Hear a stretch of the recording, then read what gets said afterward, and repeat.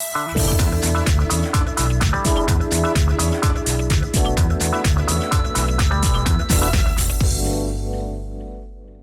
going on, guys? Welcome to VOA's Red Carpet. My name is Jackson Bunganyi. I want to thank you for joining us today on the show. As always, right here on Red Carpet, we bring you the latest in entertainment news, in sports, in fashion, in film, and television from around the world. Now, as you can see, we're still working from home. That's why our shows look a little different.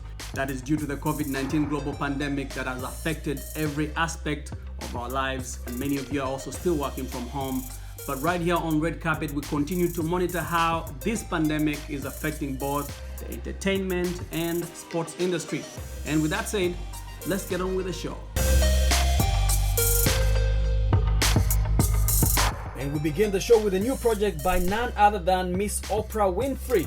The media mogul has joined entertainment company Lionsgate, the New York Times, and Pulitzer Prize-winning journalist Nicole Hannah-Jones to transform the 1619 Project into a set of films and television shows. The 1619 Project was published by the New York Times in August of 2019 on the 400th anniversary of the first African slaves arriving in English-speaking America. Tweeting her excitement, Hannah-Jones wrote, quote, "It's been almost a year since we published the hashtag 1619 Project, the most important work of my life. And I'm so excited to announce that we'll be partnering with Lionsgate and the one and only Oprah to bring this work on slavery's legacy to TV and film." Greetings from Angola. The Voice of America also produced a project on this milestone event. We took you to Angola for the origins of the transatlantic slave trade and its historic impact to the U.S. states of Virginia and Rhode Island to hear from descendants of slaves and of slave traders. You can find that project on our website at voanews.com.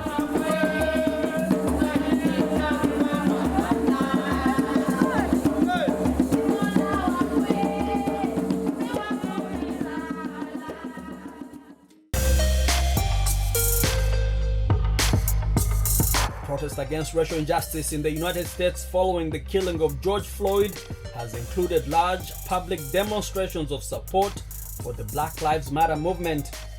VOA's Nina Vishneva takes us to a new mural in New York City's Harlem neighborhood in this story narrated by Anna Rice. Despite the sweltering summer heat, the work on this large mural in New York's Harlem doesn't stop. I wanted to show my son how to be involved in the issues that matter. 18-month-old Emerson is the youngest artist here in Harlem. He watches his mother, Kelsey Harrow, together with other activists, paint the road in the heart of New York's Harlem. They are finishing the large mural dedicated to the Black Lives Matter movement and racial justice. It represents the past, the present, and going into the future. The reflection of them two together and him ascending to her with the wings open is paying homage to the names and the unarmed people that were murdered by the police that I'm stenciling in the chenille here on the ground. Large Black Lives Matter murals are set to appear on streets of all 5 New York boroughs. Activists and civil organizations took care of paints and brushes, letting artists do their job. Important time as ever to continue to fight for liberation as a community, and I think celebrating the joy of artists. Harlem is a place full of history and present artists. The murals are a result of the mass protests sparked by the death of George Floyd while in custody. The demonstrations took place across the nation and around the world. A new wave of protests spilled onto Harlem streets in the form of paint. The 4 badge numbers of the officers, and I put a little red line through them. And I also took the 846, and that was the time of one of the officers had his knee on his neck. Mayor Bill de Blasio emphasized the importance of such art projects and said projects like the one in Harlem demonstrate the city's support for the Black Lives Matter movement. Another large mural will appear in the heart of Manhattan in front of Trump Tower in mid-July. But not everyone agrees it is a good idea. Is going to put Black Lives Matter in front and Trump Tower and use taxpayer money to pay for it. He is making a political statement, and he's even admitted it, geared entirely to antagonize the president. Street art has turned into a socio-political protest. Streets turned into a canvas. Artists in New York City are determined to make city streets display new colors. For Nina Vishnova in New York, Anna Rice, VOA News.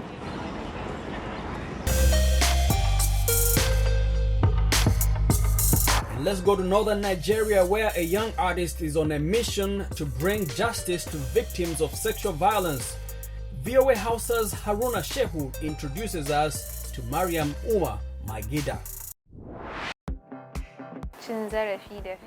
The prevalence of rape and other child abuse are really troubling me, and that's the reason I'm using my paintings to let the world know and to call on authorities to take action against rapists. My name is Mariam Umar Magida. I am a visual artist. My paintings cover different aspects of human endeavors. Some are for decoration, some on education, cultures, politics, and some are about respect for parents and women. I have been making paintings to highlight sexual violence, but I have done more recently because of the surge in reported cases of terrible rape, including that of a female student who was raped and murdered while studying in a church. There was also the gang rape of a 12-year-old girl, as well as the rape of a 6-month and a 7-month-old baby. Those are the incidents behind paintings like this one. So here, I depict women with a variety of colors and African fabrics, representing some of our cultural heritage in northern Nigeria and even Africa at large. This one in the middle shows an educated woman, both religious and Western education. That is why I placed her on these books.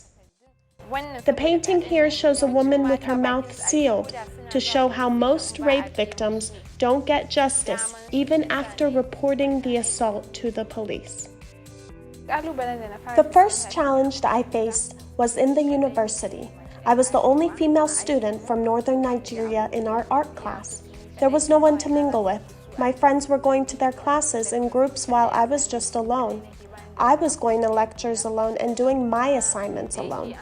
And because art was seen as mainly a male course, most, especially among Southerners, some people looked at me with contempt, thinking I would never succeed in it.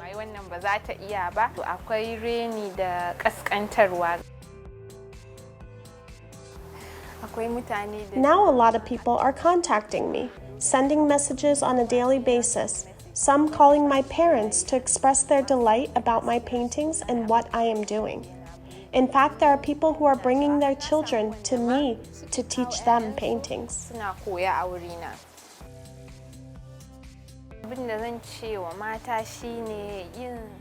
My message to other women is for them to know that being entrepreneurial with skills for self-reliant is very important.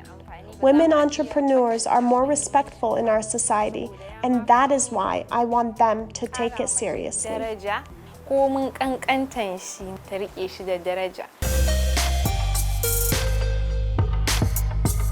Actress Gabrielle Union is relaunching a hair care line after she was fired from a popular TV talent show for what she says were a series of racially charged events, including being told that her hairstyles were too black.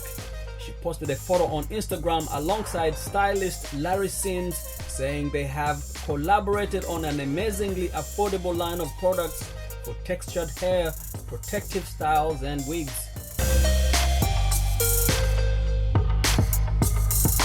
And now, onto some news on how the coronavirus is affecting the NBA. Houston Rockets star guard Russell Westbrook announced that he tested positive for the coronavirus before the team departed for the Walt Disney World. Westbrook posted on his Instagram that, "I tested positive for COVID-19 prior to my team's departure to Orlando. I'm currently feeling well, quarantined, and looking forward to rejoining my teammates when I'm cleared. Thank you all for the well wishes and continued support. Please take this virus seriously. Be safe, mask up. #why not?" The NBA announced coronavirus test results earlier this week, saying that of the 322 players tested since arriving in the Orlando bubble, 2 were positive and have left the campus to isolate at home or in isolation housing. The league said that since January 1st, 19 players have tested positive for the coronavirus. But the good news for many basketball fans is that the NBA games will resume, but with restrictions. Players are in training to restart the season, this time with a smaller number of teams. They will be playing in an isolated part of Walt Disney World in Florida. For me, it's like some European championship. We're every team is in the same hotel. Not every here, but like European championship. Everybody's together. You see a lot of players, so I'm used to that. I'm not that concerned or worried about us. I think the concern is about people around us, our friends and families, our kids. Obviously the people on our staff that are older have health issues. So for us, I'm not as concerned. I've always take it day by day, try to get better each day. So I know that I'm going to be ready when the scrimmage start and the game start. I'm going to be ready. Coronavirus has caused a big drop for people who work in tourism.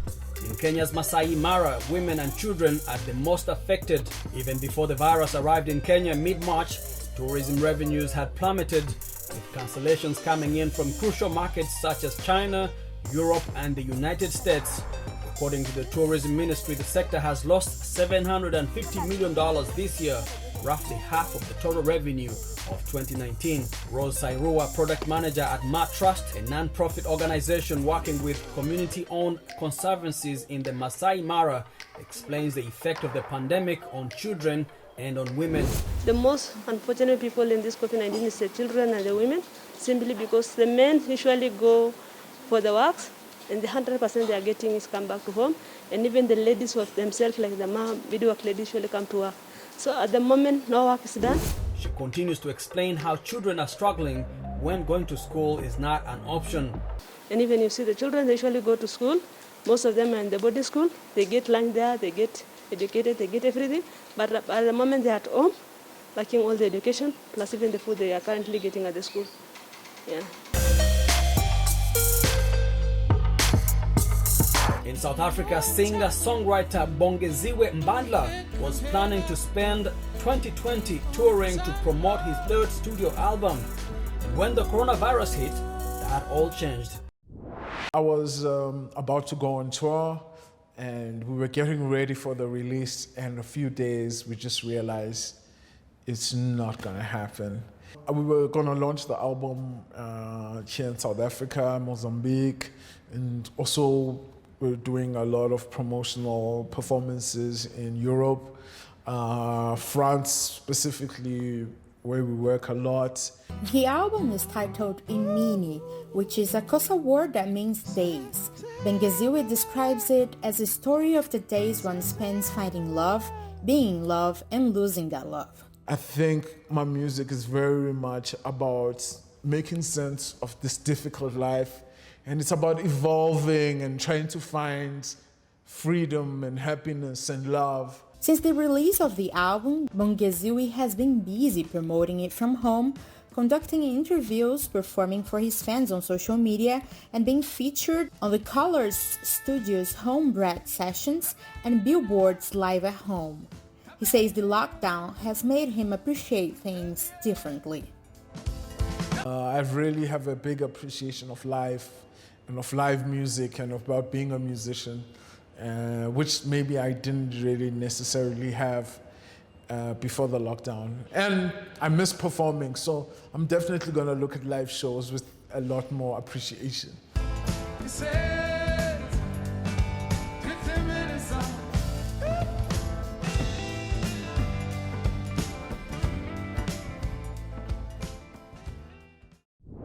And with that, we come to the end of our show today. My name is Jackson Vunganyi. I want to thank you for hanging out with us on Red Carpet. Remember, for more entertainment news, to check us out at voanews.com. We are also on social media. We are on Instagram, on Facebook, and on YouTube, where you can watch and share our videos. Until next time, stay safe. Goodbye, everyone.